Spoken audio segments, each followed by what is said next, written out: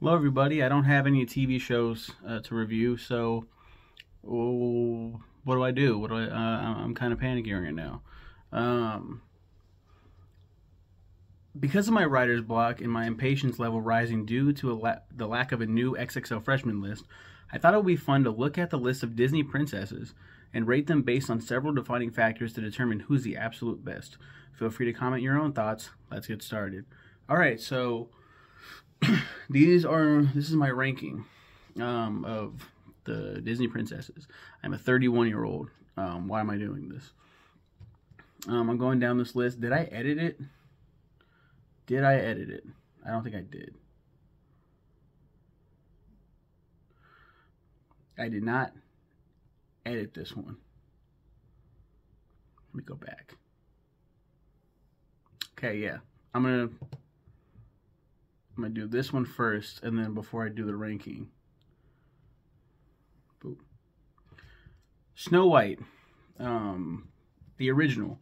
Snow White was in the first ever Disney animated feature, Snow White and the Seven Dwarfs, way back in 1937, based on the fairy tale Snow White. She's 14 years old.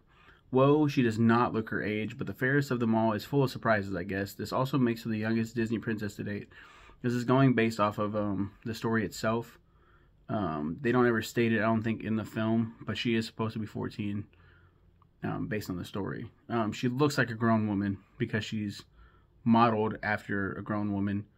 Back then, what they would do, famously for The Wizard of Oz, Judy Garland, grown woman, has breasts. She is developed, but she plays a little girl, an underage girl, and they took something and they taped down her titties so that it looked like she didn't have titties. She still looks grown though. I mean, that's what they kind of did for Snow White. She's like a tall. I don't think that's what they did for her, but they obviously drew her to have no breasts. Talking too much about breasts right now. I didn't want this list to go this way. Her nobility, despite looking like and being treated like a scullery maid, she is a princess. Her father, the unnamed king, he's known as Leopold in the TV show Once Upon a Time, was probably killed by the evil queen / Snow's stepmother Grimhild, or locked away somewhere. With her father gone, taking her age into account, she probably had no idea what was going on and just listens to her stepmother. She seems very aloof. I think her dad died. I think her dad died. But that would mean she'd be more sad. She's very happy. She's very fucking happy. She loves her stepmother. In the book, which I'll be reviewing eventually, called Fairest of All. There we go. Called Fairest of All, which is really wonderfully written by Serena Valentino. Snow and her, Grimhild. I think she's called Grimhild. She doesn't have a name at first. In that book for some reason, but they end up calling her Grimhild. they have a really good relationship, and then things sour out of nowhere. Some dumb shit happens. Her film, look, back then Walt and Co. didn't know what the fuck they were doing, but that didn't stop them from taking a gamble. With a budget of over $1 million, the film grossed over $400 million, which translates to holy fuck me money, especially back then. So I think actually, I don't think it grossed that much at the time. I'm going off of the numbers that it shows now. That's probably from re-releases as well. As for its critical reception, it had a massively positive reaction. It has nothing like it had been done before, and it holds up damn well to this day, in my opinion. I think you're talking about the first ever animated feature film. It's people were pissed. Walt Disney, especially, was pissed that this wasn't nominated for Best Picture at the Oscars. They're like, well, it's a cartoon. Cartoons are for children, and people still have that fucking thought. Like, the cartoons are only for kids. What the fuck? And they had to eventually make a Best Animated Feature. I don't know if they made it because of this or the same year. I don't know how it worked, but they ended up making a Best Animated Feature. I think it did win Oscars, but yeah, it's kind of fucking bullshit. when it actually, just to go off track real quick. Snow White came out in 39, right? 1937. Holy shit. Best of Oscar Academy Award for Best Picture. So let's look at 1937 and who won, who was nominated. Winners and nominees. 1920s. Started in the 1920s. I really need to watch all of these for real. 1937. This is the 10th Oscar-nominated film. A Star is Born. Stage Door. 100 Men and a Girl. Lost Horizon. In Old Chicago. The Good Earth. Dead End. Captain Courageous. The Awful Truth. And The Life of Emile Zola. Or Emily Zola. That's the one that won. Snow White had been in here. Snow White could have probably easily fucking swept. My opinion. Her actress, Adriana Castellotti, had such a distinct voice that Walt had her sign a contract that stated she couldn't act in any other type of media. She'd eventually be able to slip through the cracks now and then, but this film is what she's most known for. I don't know why that has to. I think that doesn't come into play. That doesn't. I don't think any of this shit really matters to the ranking. It's just like, hey, let me talk about all these interesting factoids and shit. Her relevancy. What was her debut? Her debut single. An amazing voice, Adriana Castellotti. I don't talk too much about her here, which is kind of fucked up. Yeah, she's awesome. Number of songs, 4. A good, healthy number for our first princess. Her signature song and the overall music. God, this one was tricky. A signature song to me is one that defines our princess. It tells us who she is, what she wants, her hopes and her dreams. After listening to all of her songs, which are all great, I had to say With a Smile and a Song defines her best. See, her first song, I'm Wishing, tells us what she dreams of, but it's not enough. Whistle While You Work is probably my favorite, but it feeds into the stereotypical idea that women just love to clean. To be fair, this is probably set in 1545 Germany we're talking about here. There's really not much to do but clean. Someday My Prince Will Come is beautiful as she's pouring her heart out to the dwarfs about this prince she just met, but that song feeds into the whole damsel in distress stereotype, the girl who just wants a man to come rescue her. With a Smile and a Song takes place shortly after Humbert the Huntsman, who was instructed to kill Snow by Grimhild, tells Snow the Evil Queen's plans. Scared and alone, Snow is comforted by all the woodland creatures, and she sings about how she keeps a positive outlook on life, no matter what, and that speaks more to me about her character than anything else. Overall, the music is a great start for Disney. I really do believe that. I love her voice. I kind of said I don't talk too much about her voice, and then kind of just forgot what I was talking about. According to the myth, I think this has been confirmed in the Wizard of Oz. In the song, I could while away the hours, salting with the flowers.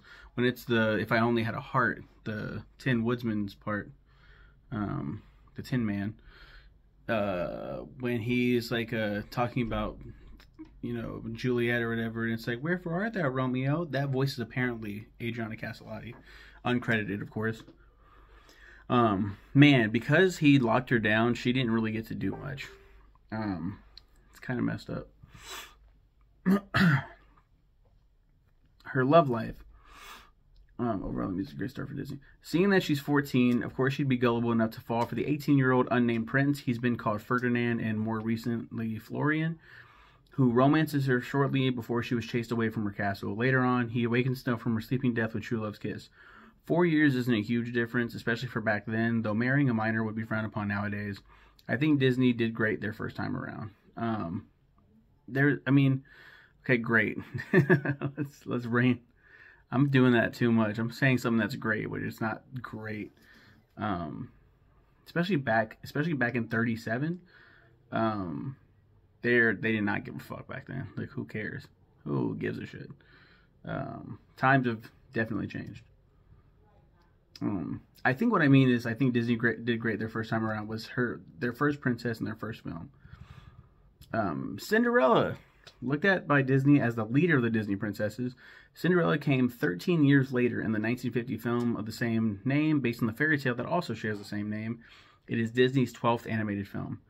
Her age, 19. We've made a huge yet believable jump between princesses in age. She looks her age and could even possibly pass as older based on how she acts. Her nobility, raised by her father, a wealthy man, after the untimely death of her mother. Cinderella is of considerable wealth, but not originally a princess.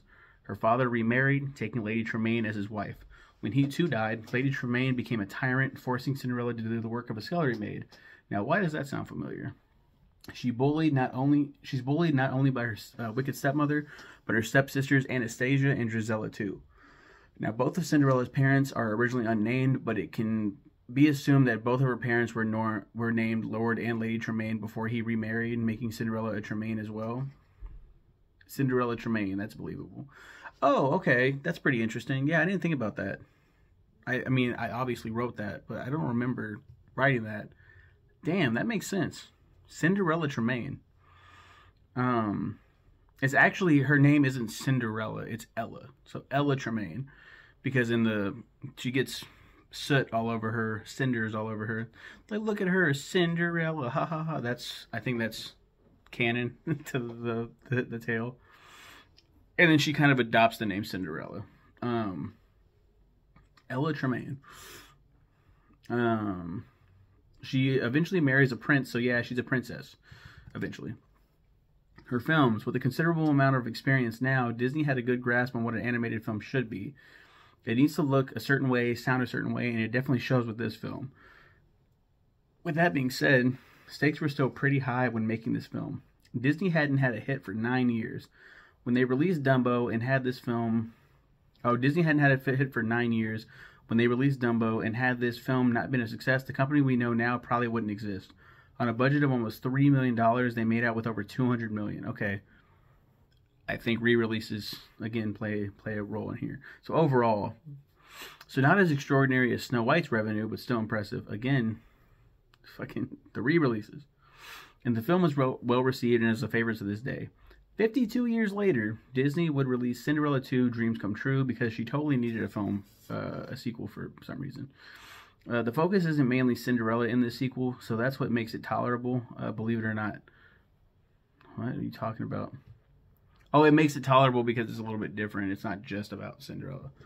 And we just reviewed these movies. Hey. I just posted Cinderella 3 A Twist in Time today, on the day I'm recording this. Oh. 6 years later, Cinderella 3 A Twist in Time would be released, which gave us a huge what-if scenario.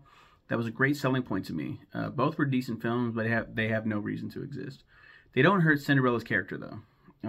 Her actress, Eileen Woods, continued the tradition of both voicing and singing as her character, but wasn't locked in as tight as Adriana was, allowing her to work elsewhere. Still, she's best known for her role here, and it's not hard to see why. She absolutely kills it. Jennifer Hale, a prominent voice actress, took over for the sequels and did fine, but it's just not the same. Number of songs, 3. Still a healthy amount, though she could have sung more in 2 of the songs. Her signature song and the overall music, it's not hard to pick a defining song here. A dream is a wish your heart makes is the obvious choice. Oh, Sing Sweet Nightingale is the second song she sings as she cleans the floor, where Lady Tremaine is having Gisela sing the same song. Cinderella is killing it while Gisela is doing an awful job, which pisses the lady off. So This Is Love is a song she and the prince share as they dance, and it's beautiful. A dream is a wish your heart makes. It's her signature song because after she wakes, she shares with the birds her dreams of a different life. That sounds familiar. The song itself has gone down as one of the best in Disney's history. The rest of the music, in my opinion, is fantastic and kills Snow White's soundtrack in terms of originality. I mean, yeah, they had some time. They had some time to fucking write some bangers. I think I might go through all the music too eventually and rank all the songs. It's gonna be a long time though. Her love life, her romance is the one that really set the bar, as Snow was amounted to a man kissing her awake, whereas Cinderella met her man at a ball she wasn't even supposed to be at, danced with him and fell in love with him for him, and it's a great little romance. I don't think she knows he's the prince when they meet. In 1971, he was given the name Otto Augustus Ferdinand, but has since become known as Prince Henry of France, and Henry is Henri. The story, I believe, is set in 1697 for the record. Cinderella has defined what a princess is supposed to be, a dreamer, but also someone who makes their dreams realities. I don't think did I say how old he is? It seemed like they'd be around the same age. I would guess. Maybe a little bit older, maybe 20, 21, 22, 23, 24. I mean, Aurora. It's a beautiful fucking name.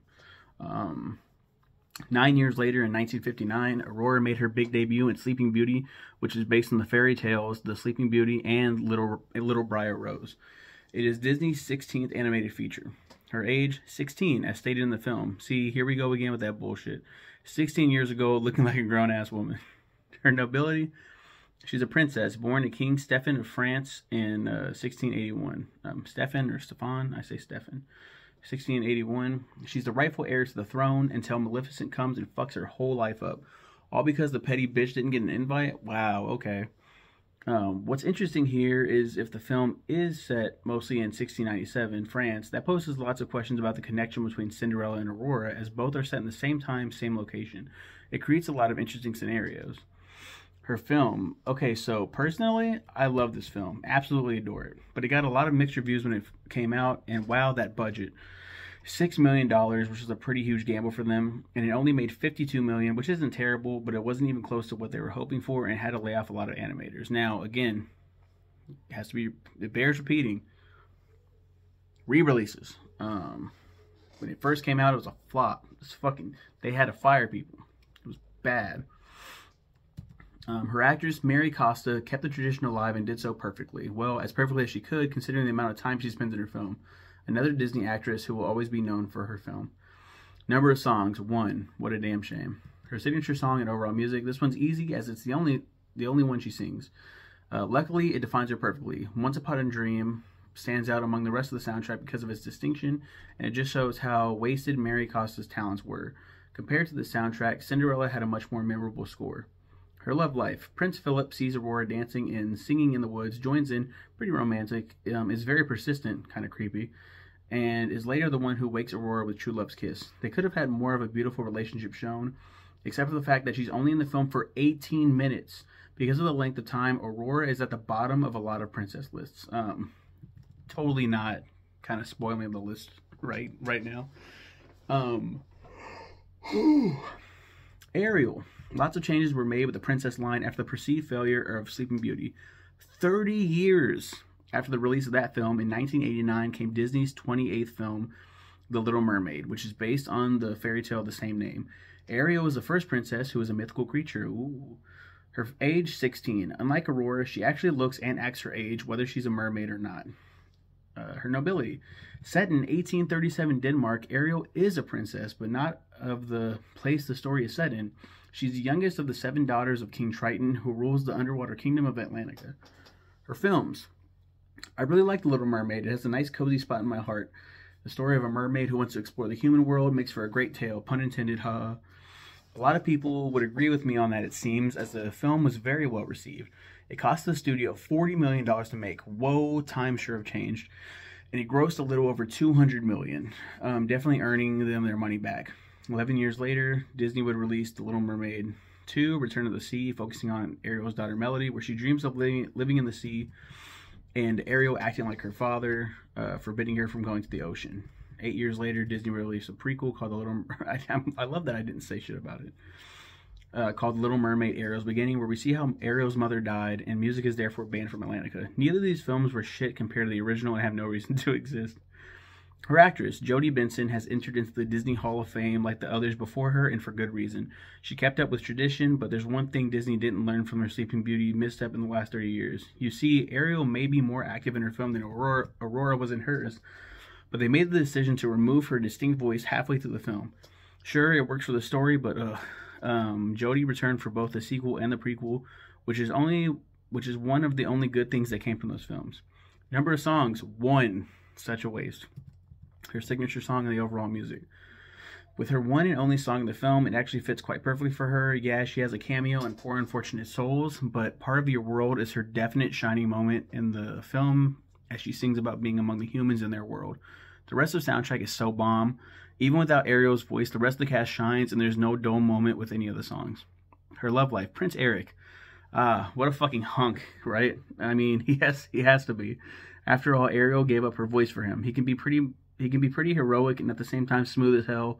Ariel gets a lot of flack for sacrificing her voice for a guy, especially one she barely knows, but you gotta remember she's only 16. Even with that dumbass move, we all make mistakes, and Ariel makes up for it in the long run. She gets a lot of flack for that shit. But Daddy, I love him. Bitch, you barely know him. What are you talking about? Belle.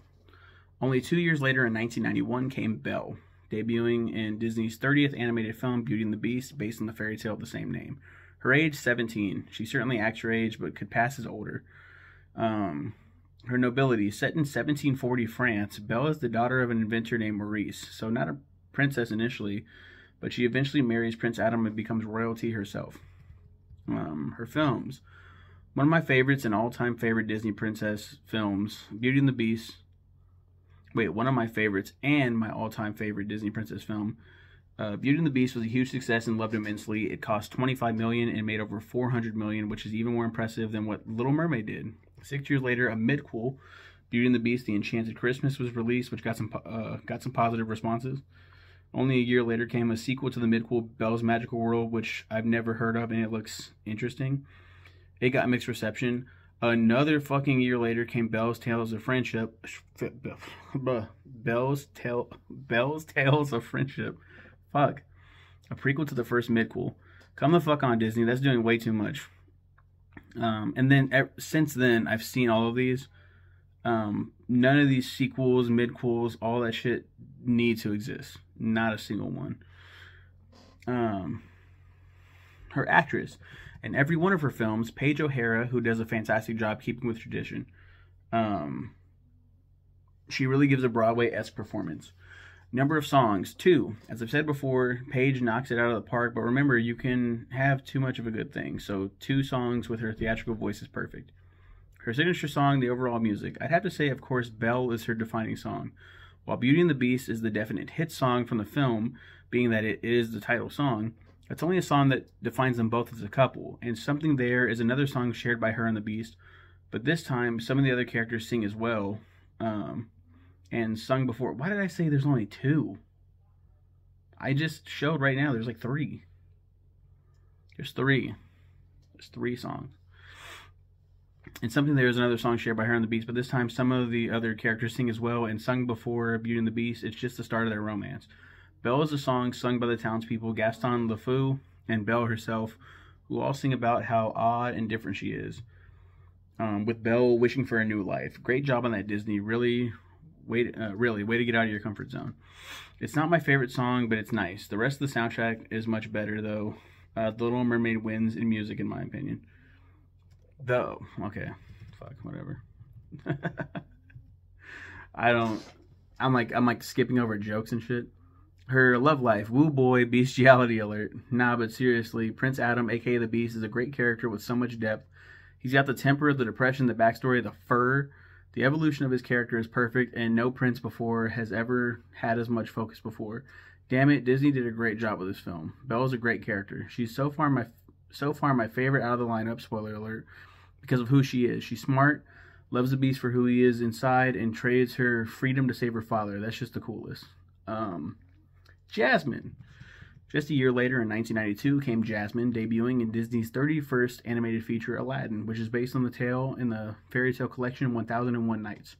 Unlike the princesses that came before, she's not the main character of her film, instead taking on the supporting role of love interest. Also, she's Disney's first minority princess, being of Middle Eastern descent. Her age, 15. No way. There's no way she's 15. I mean, I can see it in her rebellious attitude, but I don't know. She needs to calm down with some of her sexuality. But, to be fair, it's a 15-year-old. So fucking, when you're rebellious, and you're a teenager, going through hormones, it makes sense. I'm not even talking about the prince's ages anymore. Her nobility, set in 800 BC Agrabah, the fictional country that conservatives voted to bomb, that we should bomb. They voted for that. A majority of conservatives voted to bomb. I don't mean to get political. Far be it from me to get political, but bombing a fictional. Jasmine is a princess, being the daughter of the Sultan, whose name is possibly Hamed, according to some fans. What the fuck? They just picked a fucking Middle Eastern name and they're like, here you go, he's Hamed. He's Hamed. Her films, Aladdin, what a film. With a budget of almost $30 million, the film made over $500 million and got a lot of praise. I absolutely love this movie. It was my favorite Disney flick for the longest time. 2 years after its release came a sequel, The Return of Jafar. Came a sequel. It was released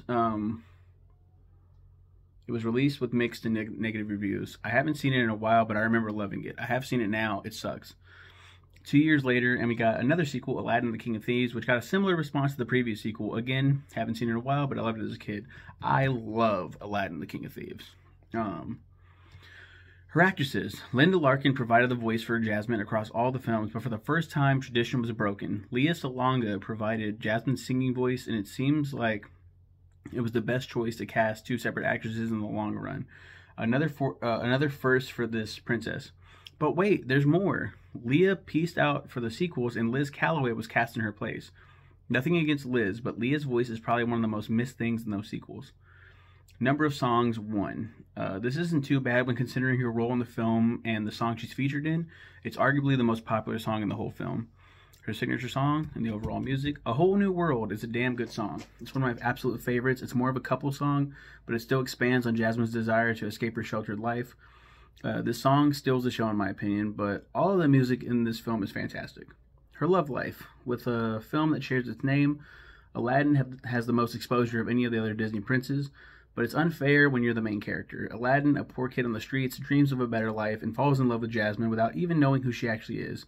That's how you know it's a real one. Overall, Jasmine's cool. I just wish she wasn't as sexualized as she is, especially with how young she is. I mentioned this before. I reviewed these things called interstitials. There were trailers for Stitch, Lilo and Stitch, that showed Stitch invading other Disney movies. In one of those, it was Aladdin. It's a whole new world. I can show you. And they're like going on the magic carpet, and he rolls up in his spaceship, and he's like, "Hey, baby," and he puts his shades down and shit. And she's like, "Ooh," and she leaves Aladdin for him. And Aladdin's like, "Get your own movie." And it's a funny joke, right? And I was so fucking mad. I was like, Jasmine, why would you do that to my boy? It's not canon, dude. Like, chill out. And that obviously still is like, I can't believe that bitch left him. Pocahontas. 3 years later in 1995, Disney released their 33rd feature, Pocahontas, based on the real-life chief's daughter of the same name, making this the first based on someone real. Bold move, Disney. Her age, 18. With the real Pocahontas being only 12 in the history books, Disney made the smart choice of bumping up her age, and she's a believable 18. Her nobility, set in 1607 Virginia, technically she's not a princess. She's the daughter of the Native American chief Powhatan, which I guess counts for something. A lot of people argue that if you're the daughter of a chief, that makes you a princess. You are a princess. Even if they don't call you princess, that's what you are. And you know what? That's an argument for another day. I tend to go like, that's fine. That's fine enough for me. That's something, right? As we'll get further down this list, it's something. Oh. With a budget of $55 million, they grossed over $300 million, doing a damn good job. The reception was mixed, but mostly positive. I really enjoy the film, but it's not even close to being one of my favorites. 3 years later, they released a sequel, Pocahontas 2, Journey to a New World, and it's absolutely garbage. It really hurts Pocahontas' character. It's more accurate. They try to bring in some of like the real life things, and it hurt it in the long run. She does go, and she gets colonized. She becomes a white girl. She takes on the name Elizabeth in real life. History is written by the winners, so we will never know like the true story of what happened. Whether she was groomed or what the fuck happened, but it seems like it. It seems like that's what happened. Yeah, it's kind of fucked up. There's a lot of fucked up things with Pocahontas. I love talking about this. Pocahontas. No, we'll save that for when I talk about Pocahontas. The movie itself, when I review it. Her actresses. Irene Bedard has voiced Pocahontas in both films and across all other forms of media, and Judy Kuhn has provided her singing voice in the same manner, making Pocahontas the second Disney princess in a row to break tradition. Both ladies did a fantastic job, adding the final touch to such a memorable character. Number of songs, 3. Judy Kuhn kills it, and the rest of the cast fills in the gaps amazingly. Her signature song, the overall music. Out of the 3 songs she sings, of course, Colors of the Wind defines her best, as she teaches John Smith about the beauty of Mother Nature and the wildlife. The songs are The Mother's Children. In my opinion, it's the best song, but the other songs are just as good. Such a great score, but it's not my favorite. Why did I not name the other songs? Fucking... What a half... Am I starting to half-ass the list?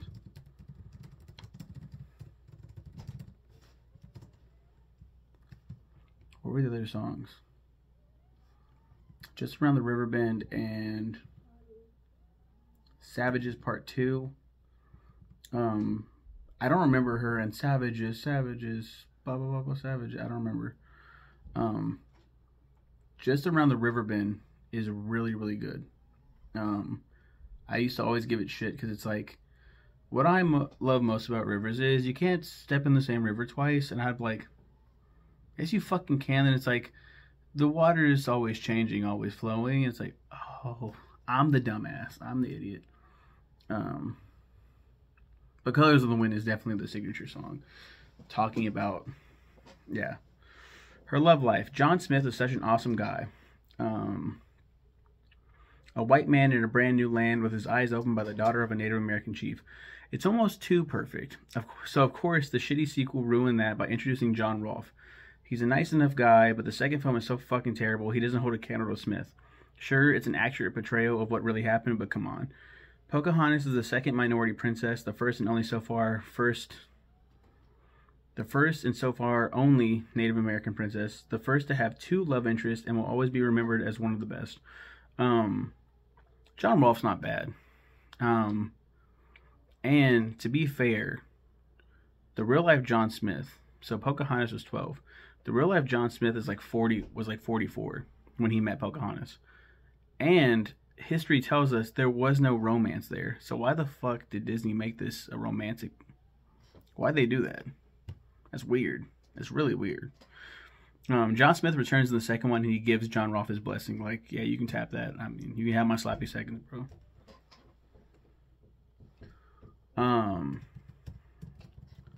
Mulan. 3 years later in 1998, we got Fa Mulan in Disney's 36th animated feature Mulan, which is based on the legend of Hua Mulan. I think it's also... I don't remember. Her age, 16. This makes sense, but she could pass for older. Her nobility, set in 386 China. Mulan is, well, she's... See, this has caused a lot of controversy.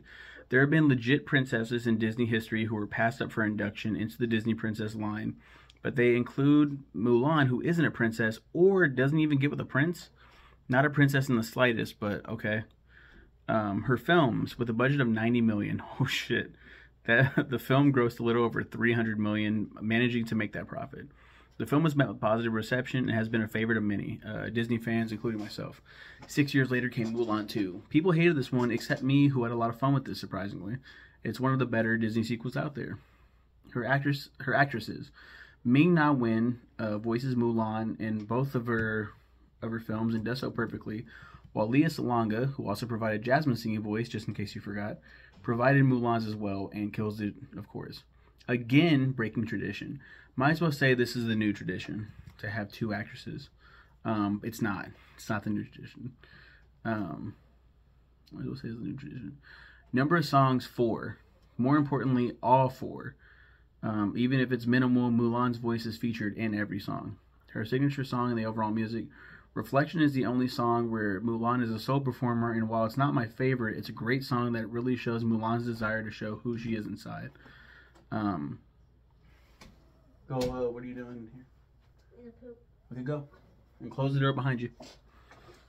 Mulan's desire. Honor to us. Say hi to everybody. I'm talking about, speaking of princesses. I'm talking about Disney princesses. I gotta hurry up. This video is almost done. No. Okay, go. I gotta hurry up. Okay. I got 6 minutes to finish this video. Why? Because it's about to die, and that's the last of my recording time. Go, baby. Honor to Us All is a great opening number. A Girl Worth Fighting For is hilarious with a shocking ending. And I'll Make a Man Out of You is hands down the best song. Probably my favorite Disney song of all time. It always gives me chills. Her love life, another controversial subject among Disney fans. Captain Li Shang and Mulan, disguised as Ping, become close friends, allies, and even though Li is hurt by Mulan's deceit, they go on to get married in the sequel. The controversy here is this: are they even a couple? I mean, of course they are, but does Li really love Mulan, or does he love Ping? Questions of his sexuality have posed many theories, but whatever sexual appendage he prefers, he's still a great friend to have by your side. Mulan broke down many walls with her actions, so much so that die-hard Disney fans point to her as improving the princess line, being a true symbol of feminism and breaking down gender roles. I mean, seriously though, she saved China. Tiana. Making a huge gap between princesses for the first time in a while, Tiana debuted 11 years later in the 2007 film The Princess and the Frog, which is based on the fairy tales The Frog Prince and the Frog Princess. It's Disney's 49th animated feature. Her age, 19. Finally, we revisit the age that brings maturity to the lineup, and Tiana certainly looks and acts her age. Her nobility, set in 1920 New Orleans, it's one of the more modern Disney princess films. As such, Tiana is not a princess, but she does end up marrying royalty. Spoiler alert. Her film, The Princess and the Frog, is Disney's last traditionally animated film to date because it apparently failed to light up the box office. With a gargantuan budget of $105 million, the film barely managed success, earning a little over $260 million. The film garnered a lot of praise, and for good reason. It's such a beautiful film and really surprised the hell out of me. Her actress, Anika Noni Rose, absolutely kills it as Tiana, and guess what? She brings back the old tradition. That's right, she both sings and voices her princess. That's been sorely missed. Number of songs sang, 3. I'm starting to see that this might be the average amount for princesses. It's a nice amount for Tiana. Her signature song, the overall music. I'd say Almost There is definitely her defining song with the typical Chasing Dreams theme. The rest of the soundtrack has some nice songs with a unique jazz sound. One of my least favorite parts of this film is the music, though. It just doesn't appeal to me like the other soundtracks Disney has put out. Her love life, Prince Naveen and Baldonia, is one handsome mofo. Sure, he's a frog and turns Tiana into a frog as well by planting her with an amphibious kiss, but he's got a great backstory to make up for it. See, Naveen was a spoiled kid back in Maldonia, and his parents kicked his ass out. He went to New Orleans to marry the wealthy Charlotte LaBeouf, or LeBeau. And okay, and ends up foolishly go ahead and chill on the bed, and ends up foolishly trusting the witch Dr. Facilier, resulting in his warty transformation. Tiana is a great princess and a great role model, especially for little black girls who have sorely missed out on a princess that looks like them. I'm a superhero princess. But Disney missed out on something big here. Sure, it can be argued that a hot-button topic such as race shouldn't be focused on in a kid's film, but let's look at the glaringly obvious elephant in the baby, in the glaringly obvious elephant in the room here. New Orleans wasn't exactly paradise for black people back in the 1920s. I mean, America had some effed up views on coloreds back then. So how is it that race is never brought up in this film? There were new Jim Crow laws that dropped in the 1920s. There was death, rape, and the ugliest things you can imagine that have tainted the image of white people forever, and I feel like this film could have taught something about racism. And why is this looked at oddly? Why is this film not as loved as any other film, new or old? Because Tiana is she's black, straight up. It's disgusting when I hear people who have never seen this beautiful film talk shit about it because of the color of the princess's, the fictional character's skin. Excuse my rant, back to ranking princesses. Wait a minute, so that was 2007. Hey, can you go on the bed, please? I'm not gonna finish this video. I'm not gonna be able to. I'm gonna have to like edit it and post or something. Rapunzel. Just a year later came The Puns, making her debut in Tangled, Disney's 50th animated film, which is based on the fairy tale Rapunzel. Her age, 18, as stated, as most of it takes place on her birthday. Sure, she could pass for her age. Her nobility, set in 1840 Germany. Rapunzel was a princess, having been stolen from her royal parents by Mother Gothel when she was just a baby. Her film, Tangled, is Disney's first film that began a new era of computer animated films that I dubbed New Disney. With this new direction came new challenges. With a budget of $260 million, oh my god, the film grossed almost $600 million.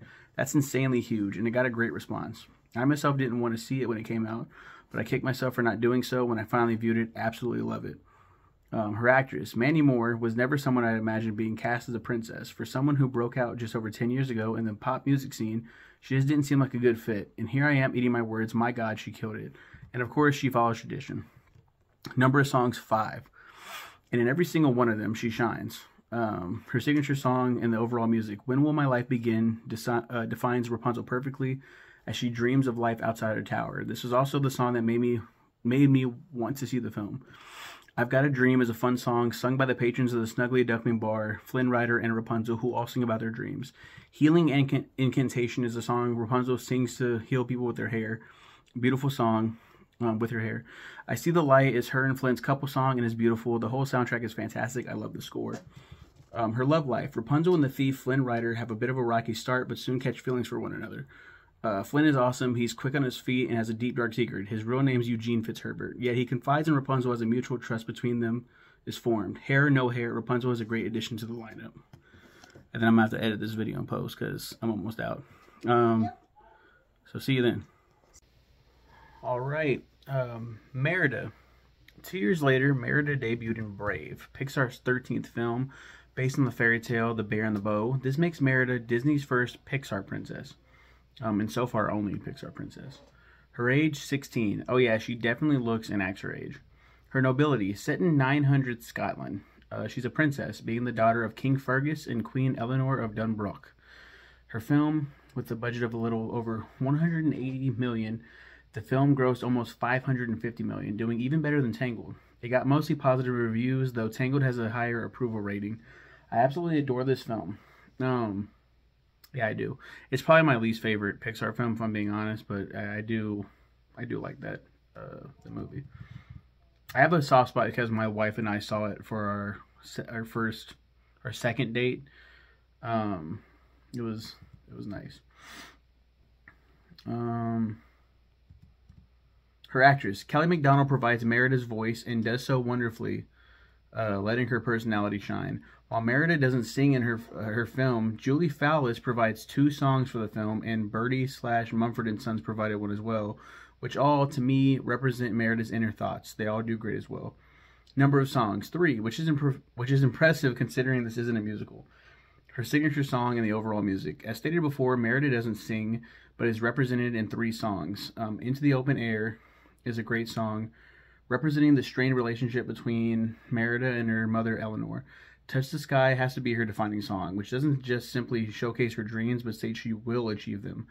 Then the credit song, Learn Me Right, shows the metamorphosis of Merida as a princess, who will one day surpass her mother as queen. The rest of the soundtrack is mostly instrumental, but beautiful nonetheless. Her love life. Another first, Merida doesn't have a love life. She's to be married to one of 3 princesses from other clans, but chooses to marry in her own time, breaking the mold once again. Merida's an interesting one, and is yet another perfect addition to the lineup. Just before I rate these princesses, I gotta point out some bullshit real quick. Anna and Elsa are not Disney princesses, I recently discovered. That is stupid as fuck. Okay, this was tough as shit, but here we go. Should I talk? I'm gonna talk about the ranking right now. Belle, Tiana, Rapunzel, Mulan, Cinderella, Pocahontas, Snow White, Ariel, Jasmine, Merida, Aurora. I feel like I've just been stabbed in the chest. This is impossible. There are many factors to take in consideration here. How many women here are good role models? Tiana is the best role model. Pocahontas, Merida, Mulan, Cinderella, Rapunzel, Belle, Jasmine, Snow White, Ariel, Aurora. What are their films? They're singing. Rapunzel I ranked as the best in singing talent. Ariel, Aurora, Cinderella, Jasmine, Mulan, Pocahontas, Tiana, Belle, Snow White, Merida. Their goals? My list at the top is final for now, but damn it, it looks so wrong. What do you think? Who's your favorite? Who do you wish was included? Cough, cough, Anna and Elsa? Don't be shy. Share your thoughts. My sister said, sister-in-law, but my sister, she said, many non-credible facts here, so ready to debate, especially the old Disney princesses. I would be more than happy to debate you historical points and timelines. So go for it, old wise one. She never said anything. I tagged my birth sister, said, what do you think? She didn't say anything. Amanda, my sister, said, tell me please how Belle is #1. I said, Belle's my favorite, duh. So this is based on personal opinion, she says. I was like, basically? Okay, give me a minute to correct your opinion. I was like, you think I can make everyone's decision? Like, no, I can't. And I thought it was pretty funny. No, of course it's based on my opinion. Like, what the fuck? Nobody's out here making the statement like, my opinion is the right one. I mean, people are saying that. No, and Rapunzel was not the best singer, she says. I said, I don't know, that was hard as hell. All the lists were hard to make. If they decided to do the smart thing and add Moana to the lineup, she'd be #1, but I heard they're not adding her. Sad face. Overall, best princess. This is my sister's list. Ariel, Belle, Jasmine, Rapunzel, Cinderella, Aurora, Tiana, Snow White, Merida, Mulan. I was like, oh yeah, you're a Mulan hater. Where is Popo? So she didn't put Pocahontas in there. My mom said, who is Tiana and Merida? I was like, Tiana's from The Princess of Frog and Disney's only black princess so far. Merida's Brave, remember? Oh, okay, haven't seen the first one. I was like, you must, it's beautiful. She said, put it on the list. So we gotta own it voiced. I'm gonna tag my friend Nix, said also got one on Disney and a bunch of character spotlights on whether or not Disney certain Disney characters should be in the actual lineup. Which is, yeah, I might do that for a separate video / videos. Go through the actual royal characters in Disney's, catalog and whether or not they should be added. I've written a couple of those. I need to get back to it. List of Disney royalty.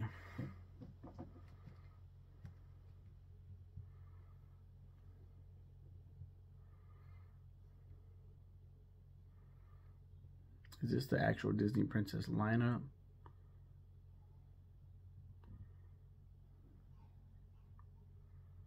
Yeah, this is the actual Disney princess lineup. And technically all of these are not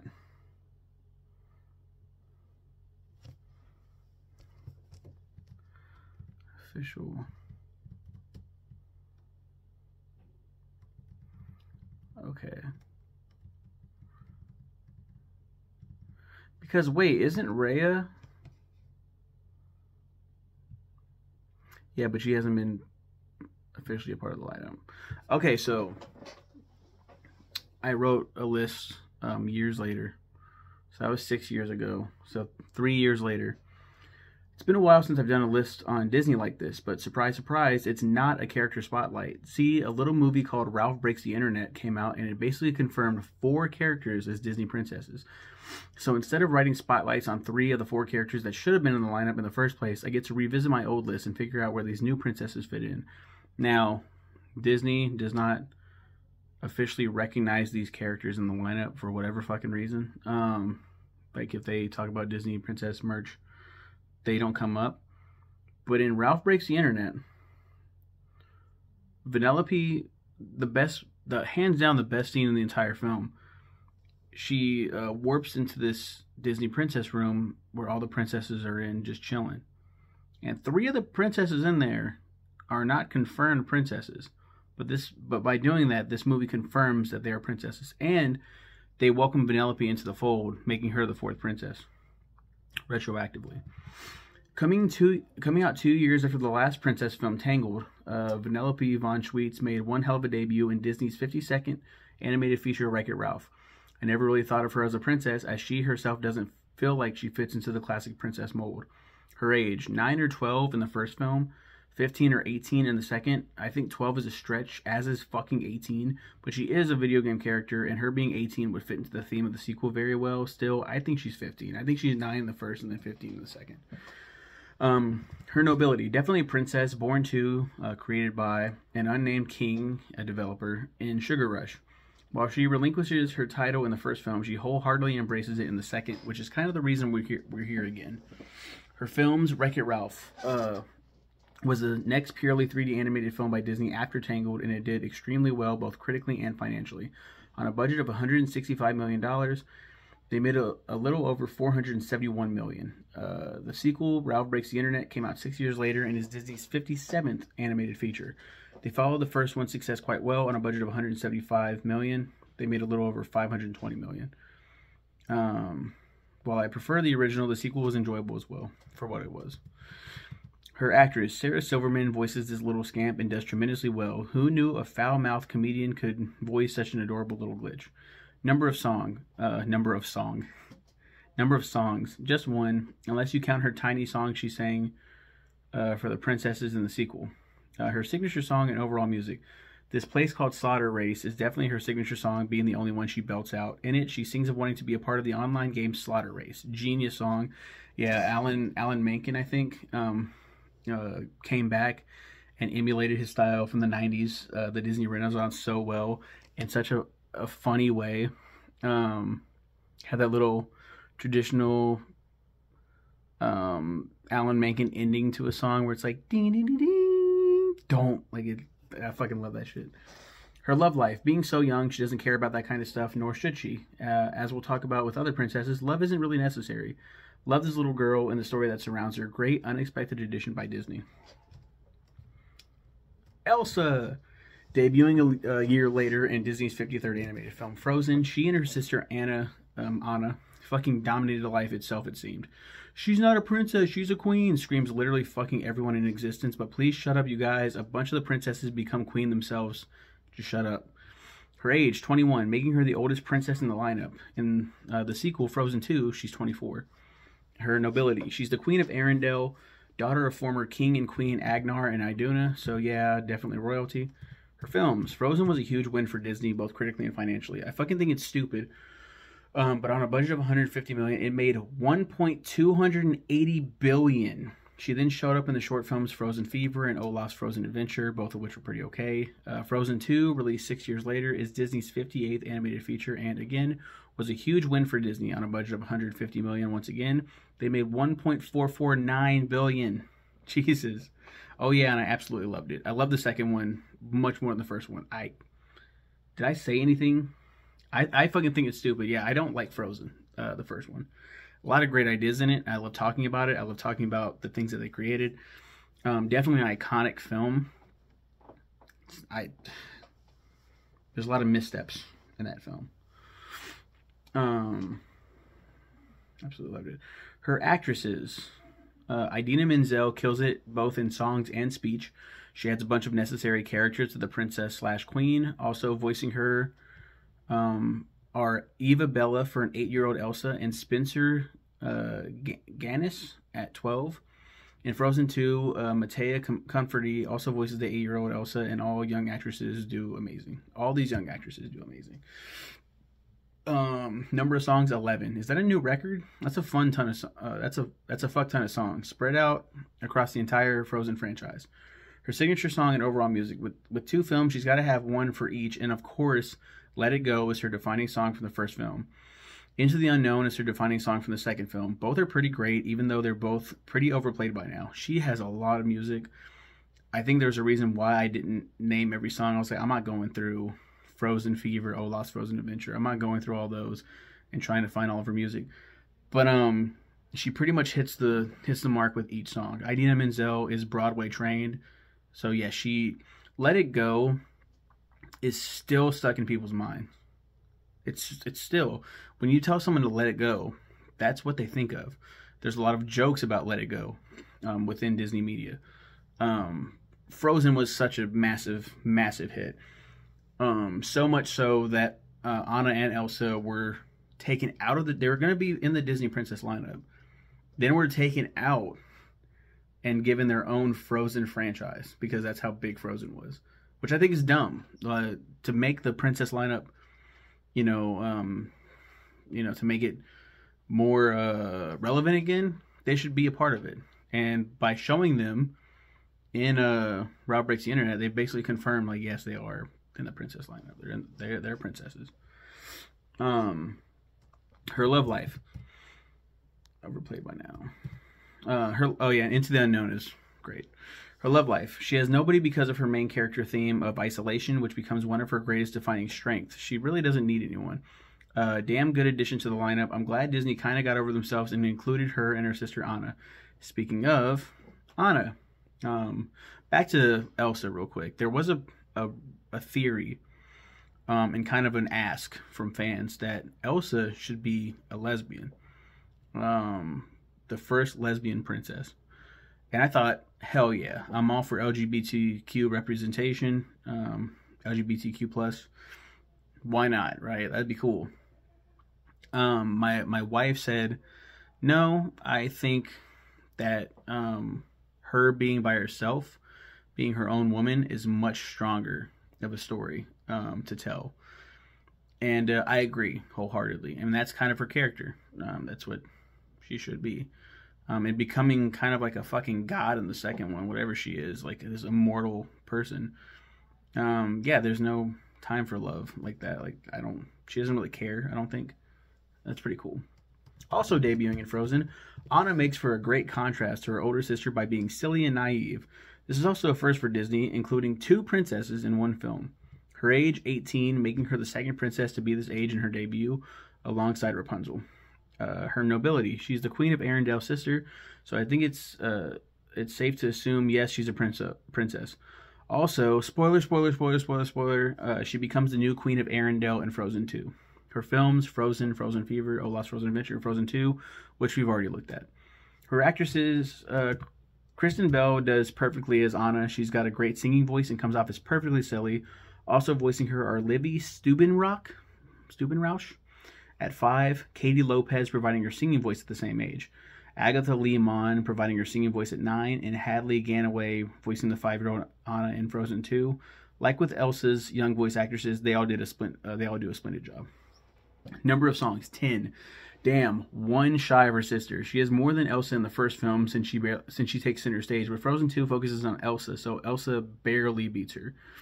Her signature song and overall music, I'd say for the first time in forever, as well as its reprise, is her defining song. It's about change and her excitement to embrace those changes, even if that change in the reprise is about Elsa's destructive powers. In the second film, her defining song is The Next Right Thing. Despite going through something horrific and tragic, she sings the song mapping out her next move, which is the next right thing. There's a lot of great music in the second one. There's a lot of great music in the first one. I can't fault the first one. If there's something that I can't talk shit about in the first one, it's the music. So good. Her love life. Her ex-boyfriend / fiancé is Hans, a prince of the Southern Isles, who acts as the first film's surprise antagonist, voiced by Santino Fontana. He's such a great piece of shit. I love the shocking twist. She also meets her next boyfriend, Kristoff, voiced by Jonathan Groff, as an adult, and Tyree Brown as an 8-year-old, and he's such a great character. I love him. He doesn't have as much of a presence in the second film, but man, he's a damn good part of the first film. Overall, Anna also makes a great addition to the lineup, as her and Elsa's importance of family have gone on to redefine the definition of true love to be more than just a romantic one. Despite what everyone says about the Elsana ship, which is cancerous, it's horrible. It's the worst thing in existence. Why would you? No, don't do that. Please don't do that. Moana, debuting in the film of the same name, Disney's 56th animated feature. In 2016, the daughter of a village chief became the second princess in the lineup to share this distinction alongside Pocahontas. Her age, 16. Yep, I can see it. Her nobility. She's the daughter of Chief Tui on the island of Motunui and is the next in line for the role. Her film. Moana is such a fantastic film and is my new favorite of the Disney princesses. It did well critically, and on a budget of between 150 and 175 million, the film grossed over 690 million. Her actresses, Lahi Carvalho was picked up right out of obscurity to make her film debut as Moana, and she does so damn well as a speaking and singing voice. Also, Louise Bush voices the young Moana and is so damn adorable. Number of songs, 5, and boy does she make good use of each one. Her signature songs and overall music, How Far I'll Go is definitely her signature song, where she sings about her long to explore the sea. I'm sad that I didn't It looks like with these ones, I didn't talk about the other songs, but Vanellope has this little tiny number trying to sing to the other princesses, and she's squeaky. She's not a singer. That's what makes this place, in a place called Slaughter Race, or whatever it's called, Slaughter Race song, so funny. God, there's so many that Anna sings and Elsa sings. I can't really talk about every single one, but there are so many great songs. And then Moana's just in a lot. I Am Moana. I mean, there's a lot. Lin-Manuel Miranda is fucking awesome. Her love life. Nobody. They're really doing a great job of having princesses be more than just romantic interests, and that's such a great idea. Love isn't everything. Again, love this film, and I'm so happy she's officially in the lineup. Okay, so this is my new ranking. Belle is still my favorite. Tiana, Rapunzel, Mulan, Elsa, Anna, Moana, Cinderella, Vanellope, Pocahontas, Snow White, Ariel, Jasmine, Merida, Aurora. It hurts to read this. Like, fucking hell. Aurora is my least favorite, and I'll tell you why. She's only in the film for 18 minutes. When I talk about this fact, a lot of people say, well, that's not really her fault, is it? You know, it's not really, that's not fair. That was just poorly written. Exactly.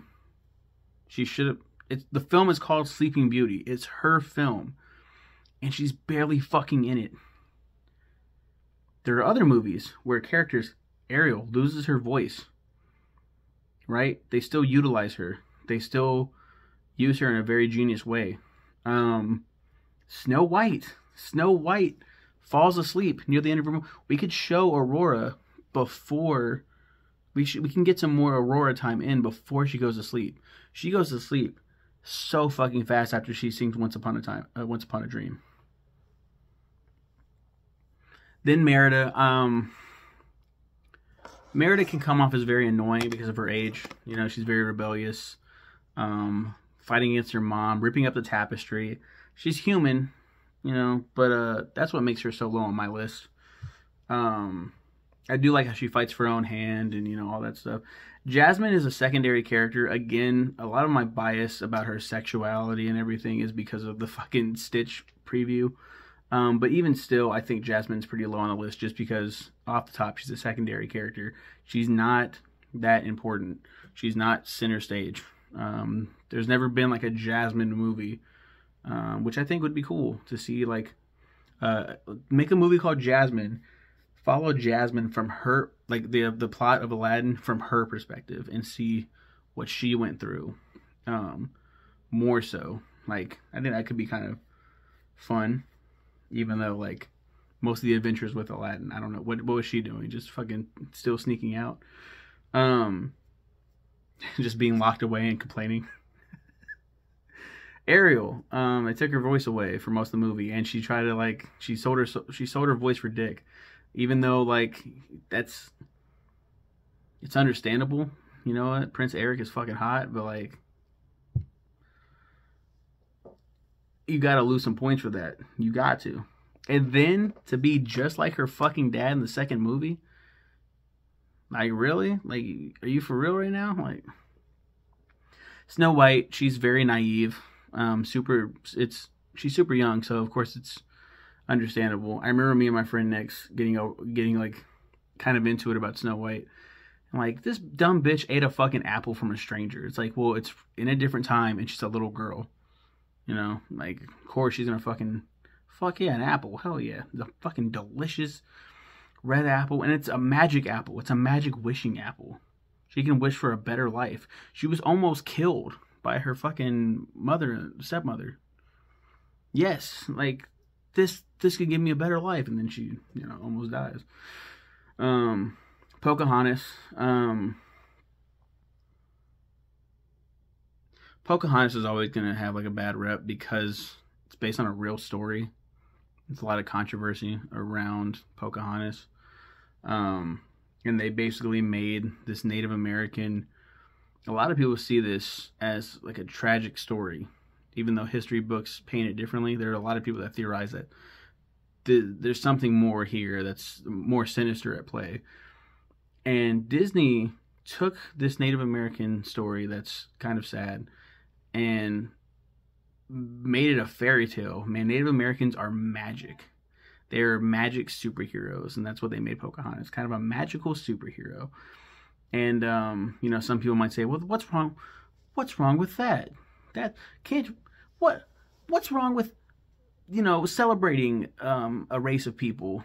You know, these natives should be thankful that we did that." And it's like, yeah, but now you're, look at that now. Now you're talking down to me. You know, that's kind of fucked up.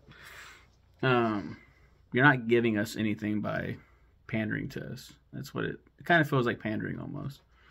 And that's before pandering became a real big issue. Vanellope. Vanellope's awesome. It's just there's more princesses that do much better than her. Like Cinderella. Cinderella is the princess that people think of. She's cool. Moana. So I was, as I mentioned in my first ranking, I was like Moana would 100%, because she's such a great role model for young girls. And then I was like, man, Anna and Elsa are too. Even though I don't like Frozen, I love Frozen too, right? But like, even with, like, in the context of Frozen, the redefining of true love to be a, like, it can be a family thing. You love your sister, you love your, holy shit, you know what I mean? Like, that's a big deal. And Moana just doesn't go above that. Like a great role model for young girls still. And I don't know, man. I fucking love Moana, but Anna and Elsa go above her because Anna is just so fun. Elsa goes above her even more for just being solo and just being her own person. Mulan fucking saved China. That's got to count for something. I know she's not technically a princess, but man, she's high up on my list. Rapunzel, I really love Rapunzel. I love that. I love her romance. She is a role model for young girls as well. A lot of these are role models. Lower down the list, we're starting to see less role models. Like Vanellope, 9 to 15, like those princesses aren't really role models, so to speak. They make very weird choices. I like how Vanellope is standing up for herself in the second one. Rob breaks the internet, but Tiana, she's the only black princess, and she's so, that movie's so good, you guys. Like, I get so fucking emotional watching that film. It's so beautiful, and Tiana is amazing. And she's trying to, like, start her own business. She has dreams. She has aspirations that she's really striving towards. That's awesome. That's fucking awesome. And then Belle, of course, you know, she reads. She's a dreamer. I just really like her a lot. She has brown hair. I love Belle, you guys. It's not this isn't ranking of, like, when I was a kid, we did that whole, like, princess thing. Me and my best friend, you know, other people in school, like, who's the hottest Disney princess? And then you're like, you get older, those characters don't age. So you're like, now this is weird. Yeah, that's fucking weird. But at the time, we were like, man, these characters, man, fuck yeah. Fucking Ariel, fuck yeah. Weird way to end the video on, but I have to now. You guys have a good one. Take care. Who is your favorite Disney princess? Who do you think should be in the lineup? Because I do think I'm going to go ahead and talk about those as well. I think my next video will be the ranking of the Disney princes.